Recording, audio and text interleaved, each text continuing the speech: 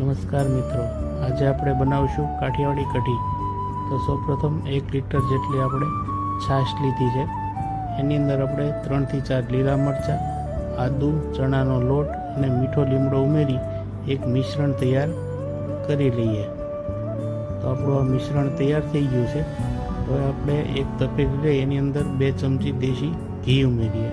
એની અંદર તમાલપત્ર, સૂકા મરચાં, લવિંગ, આખું જીરું અને સૂકી મેથી ઉમેરવાની છે।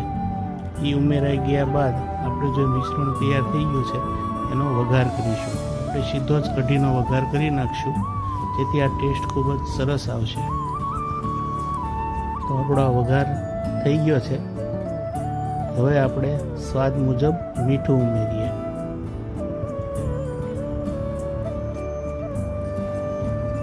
મીઠે ઉમેરાઈ ગયા બાદ આપણે એકાદો ઉભરો આવે એટલે જરૂર મુજબ ગોળ ઉમેરીશું।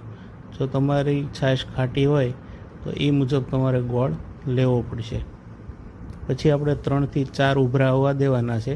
કઢી ઉકળી જાય એટલે આપણે એની અંદર 1 થી 1.5 ચમચી જેટલું ધાણા જીરું પાવડર ઉમેરીએ અને પછી થોડીક વાર હલાવી અને કઢી ઉકાળીએ એટલે આપણી કઢી તૈયાર છે। તો દોસ્તો, આપણી આ કઢી તૈયાર થઈ ગઈ છે। તો તમે પણ આવી રીતે ઘરે કાઠિયાવાડી કઢી બનાવી તમને કેવી લાગી કોમેન્ટ કરજો અને ચેનલને લાઈક, શેર ને સબસ્ક્રાઈબ કરજો।